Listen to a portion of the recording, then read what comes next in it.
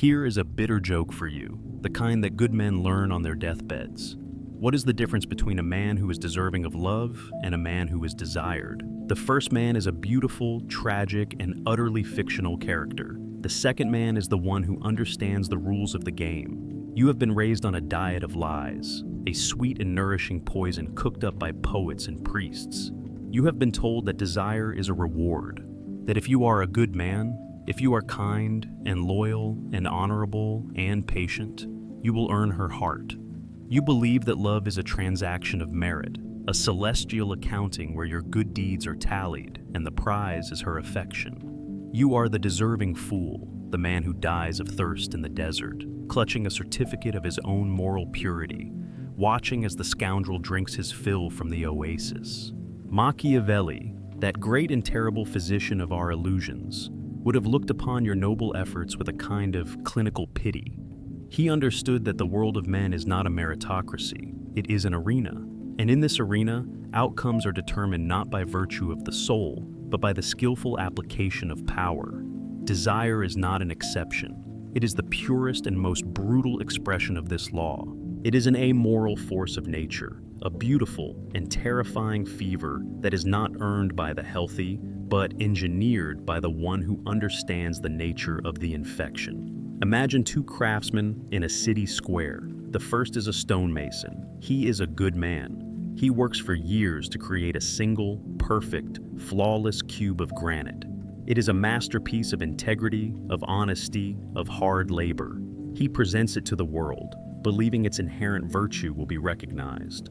The second craftsman is not a good man. He is an artist. He takes a twisted piece of driftwood and a shard of broken glass and, in a single night of feverish work, creates a strange, unsettling, and utterly fascinating sculpture of a fallen angel.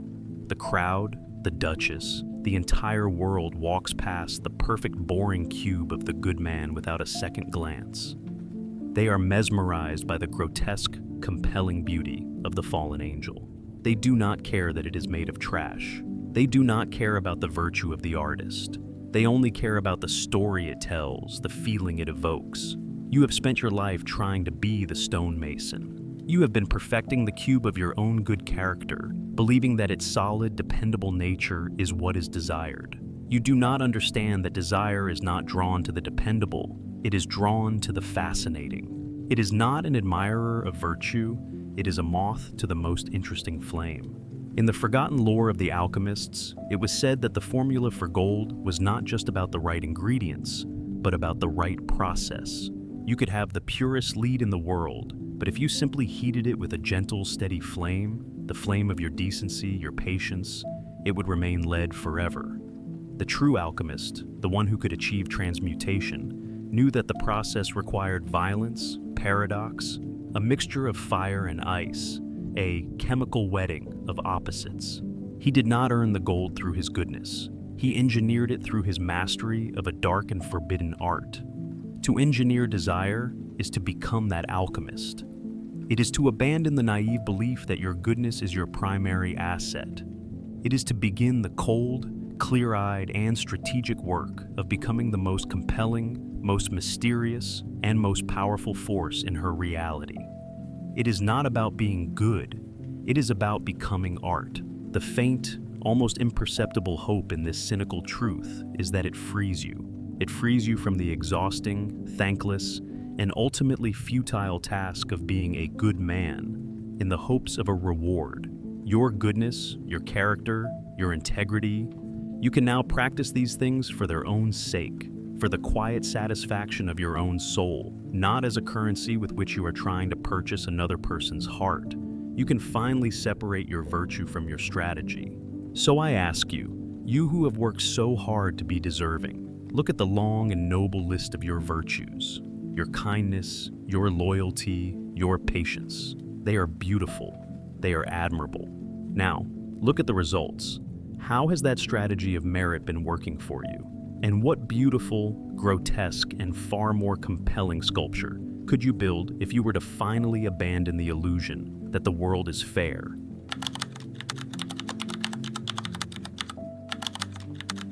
A completed man is a monument to be admired. An unfinished man is an obsession to be solved. Imagine you are standing in a room. It is perfectly furnished, perfectly lit. Every object is in its place. It is beautiful, it is complete, and it is profoundly, unutterably boring. Your mind registers it, appreciates it, and moves on. Now, imagine you are in the same room, but one wall is dominated by a vast, dark, locked door. The door is ancient, carved from a wood you do not recognize, and there is no keyhole. Suddenly, the room is no longer boring. The perfect furniture, the pleasant light, it all becomes irrelevant. Your entire being, your every thought, is now consumed by a single, maddening question. What is behind that door? The man who tries to earn love believes he must present himself as the perfect finished room. The man who engineers desire understands that he must become the locked door. This is the second and most vital principle in Machiavelli's hidden code. Desire is not born from satisfaction, but from a carefully engineered lack. It is a wild, hungry, and obsessive vine that grows only in the empty spaces you create in a woman's mind. To be everything she needs, to be constantly present, to be an open book with no secrets. This is to be the finished room. It is to be a source of comfort and the death of all desire. You do not engineer desire by giving more. You engineer it by creating a strategic and tantalizing void. This void is the mystery of your true motives. It is the unfinished cathedral of your life's purpose, a grand structure she can see you building, but whose final magnificent design she is not fully privy to. It is the part of your soul that remains unconquered, unmapped, and exclusively your own. It is the locked door. Machiavelli, a master of creating uncertainty in the minds of his rivals, knew that a prince who is predictable is a prince who is vulnerable. He must cultivate an aura of inscrutability. His actions should always contain an element of the unexpected. This forces others into a state of constant low-grade obsession, always trying to guess his next move, always trying to decipher his true intentions. He doesn't control them through force. He controls them by occupying the most valuable real estate in the world, their thoughts. There is a dark, romantic legend from the city of Granada about a master luthier who was said to craft lutes with the voice of fallen angels. Noble women and queens would travel across kingdoms to commission an instrument from him.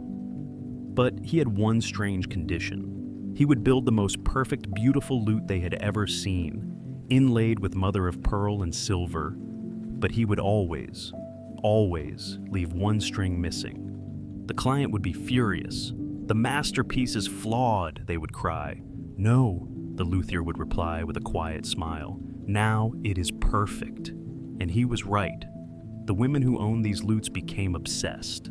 They would spend their nights not playing the beautiful notes that were there, but imagining the impossible, perfect sound of the one note that was missing. The luthier was not selling an instrument. He was selling a perfect, unresolvable, and eternal longing. You must become that unfinished song. Your life, your purpose, your very being must be a magnificent composition that is beautiful in its own right, but is made haunting and obsessive by the clear, undeniable sense that there is a secret chord, a final resolving note that you are holding in reserve. The modern world, with its therapeutic obsession with closure and total honesty, is actively hostile to this profound art. It encourages you to be the completed song, to resolve every tension, to explain every mystery. It is a philosophy for creating comfortable, stable, and deeply unerotic partnerships. The Schopenhauerian truth is that the human will is a state of perpetual, striving lack. To be alive is to desire, and to desire is to be incomplete. To eliminate the lack in a relationship is to put desire itself to sleep. The faint, stark hope in this is that it frees you from the exhausting, impossible task of having to be enough for her. Your imperfections, your secrets, your strange, solitary obsessions, these are not flaws to be fixed. They are the raw materials for the engineering of fascination. Your hidden world is not a barrier to intimacy. It is the very thing that makes intimacy a thrilling and uncertain quest, rather than a boring and predictable fact. So I ask you this. You who have worked so hard to be an open book. What if the one chapter you refuse to let her read is the only one she truly wants? What if the key to her heart is not in your hand, but in the beautiful, terrifying, and profound mystery of the door you have refused to open?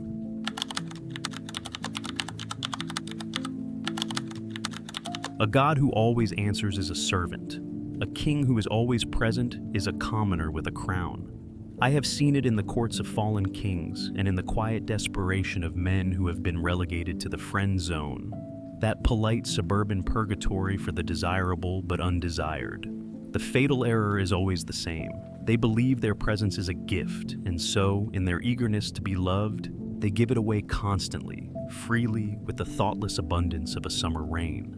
They do not understand the first and most brutal law of all economics, both material and spiritual. That which is abundant is, by definition, worthless. You cannot earn desire through the sheer volume of your own presence. You can only devalue yourself into oblivion. The third rule of Machiavelli's code, the one that separates the prince from the peasant, is that you must engineer desire by becoming a master of a calculated and profound scarcity. Your time, your attention, your very presence in a room, this is your kingdom's gold. The man who tries to earn love is a foolish king who throws open his treasury and invites the mob to take what they will, hoping their gratitude will make them loyal. He will be left with an empty vault and a populace that despises him for having nothing left to give. The wise prince, the Machiavellian engineer, understands that his gold is most powerful when it is kept locked away. Its value is not in its spending, but in the idea of its existence, in the rare and impactful moments he chooses to display it. Think of the sun and a great comet. The sun is a magnificent life-giving force. It is also a predictable utility. It is there, every day. We are dependent on it, but we are not fascinated by it. We take its presence for granted. The comet, however, is an event. It is a rare, terrifying, and breathtaking spectacle. It appears from the dark, burns with an unholy light, and vanishes again into the void. Men will write poems about the comet. They will build religions around its return. Its power is not in its size, but in its scarcity. The man who earns love is the reliable, boring, and ultimately invisible sun. The man who engineers desire is the comet. He is a magnificent and unpredictable event in her life, not a daily utility. In the decadent, masked world of Venetian folklore, they told stories of a phantom lover known only as l'ombra, the shadow. He would appear only during the 10 days of carnival. He was witty, he was dangerous, he was the perfect lover. The most powerful women in the city became obsessed with him. They would offer him fortunes, titles, a permanent place in their lives. He would always refuse, vanishing with the last chime of the festival bells, leaving behind only a single black rose and a year of desperate, obsessive anticipation. His absolute power over them was forged in the long, cold months of his absolute absence. Had he accepted their offers, had he become a permanent resident of their palaces, he would have become a kept man, a pet. By remaining a ghost, he remained a god. You must become that ghost in the machine of her life. This is not achieved by playing games. That is the pathetic mimicry of a man who has no underlying value. This is the natural and authentic result of a man who has a mission so consuming, a world so rich that his absence from her is a necessary and unavoidable consequence of his presence in his own life. You are not pretending to be scarce. You are scarce because you are busy forging a kingdom, and the work of a king is solitary and demanding. The modern world, with its digital leashes and its expectation of instantaneous communication, is a machine designed to destroy all scarcity. It wants you to be the ever-present sun, always available, always shining your validating light on her. This is the path to being taken for granted.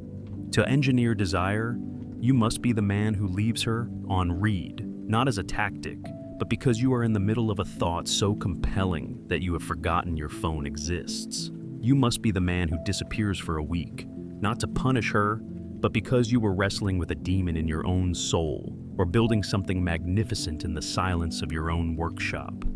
The quiet, secret hope in this is that it is a path to your own liberation. In creating a famine of your presence for her, you will discover the feast of your own solitude. You will reclaim the vast, beautiful, and productive territories of your own inner world.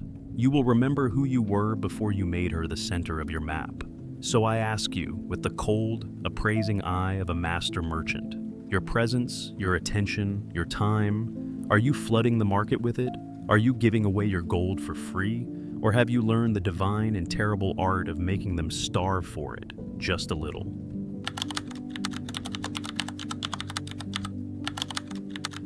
Desire is not a feeling that blooms in a vacuum. It is a vine that climbs the sturdy, silent walls of your competence. They chase the phantom of chemistry, the fleeting spark of mutual attraction, believing desire is some mystical force that strikes without reason or cause. They are fools chasing butterflies while ignoring the garden that could attract 1,000. The fourth principle of Machiavelli's code is that desire is engineered through the undeniable evidence of your own power and mastery. It is not about what you say you can do. It is about the quiet, compelling spectacle of what you are demonstrably capable of achieving. You do not engineer lasting desire with charm or wit alone. These are fleeting amusements, the jester's tricks.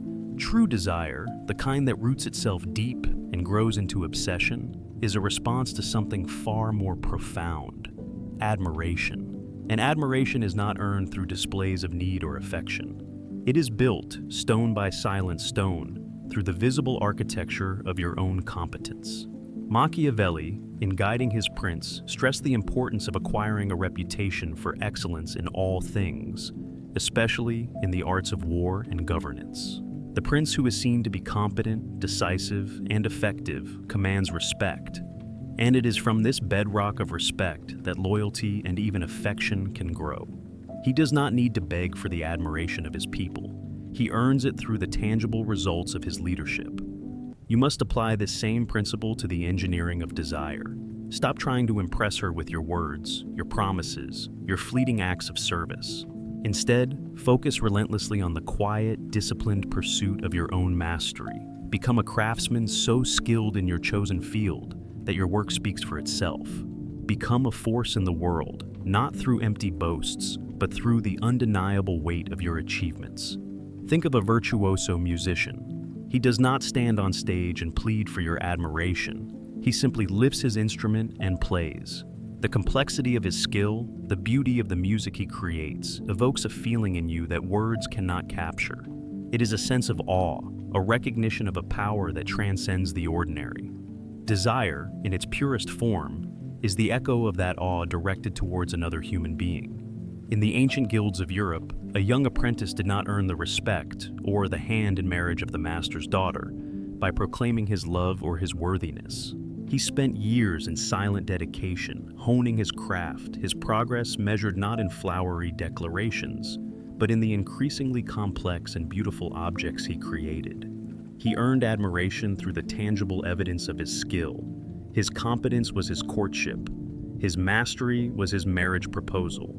You must become that apprentice, dedicated to the relentless improvement of your own craft, whatever that craft may be. Your focus must be on becoming so good at what you do that your excellence becomes undeniable. This requires solitude. It requires sacrifice. It requires a turning away from the immediate gratification of seeking approval and towards the deeper, more lasting satisfaction of genuine accomplishment. The modern world, with its emphasis on constant self-promotion and the superficiality of online validation, often confuses attention with admiration. But attention is fleeting and cheap. Admiration is earned through substance. It is the quiet recognition of genuine skill, of a man who has dedicated himself to something larger than himself. The subtle, potent hope in this is that it shifts the focus back to where it belongs, on your own development. You stop chasing an external validation that is always conditional and fleeting, and you begin building an internal fortress of competence that is self-sustaining. Your worth is no longer dependent on her gaze.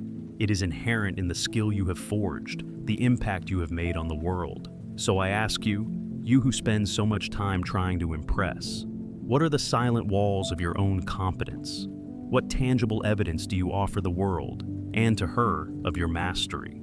Are you a man of words, or a man whose actions speak with the undeniable weight of a hammer striking steel?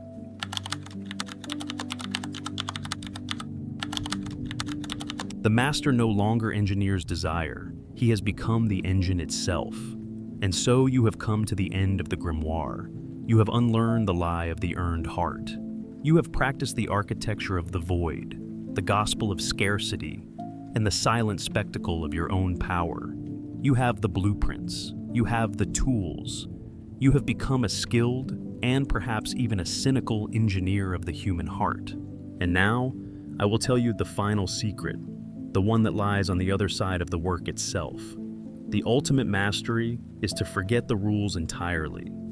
The entire project of engineering desire, with all its dark arts and cold calculations, is only a temporary and necessary stage.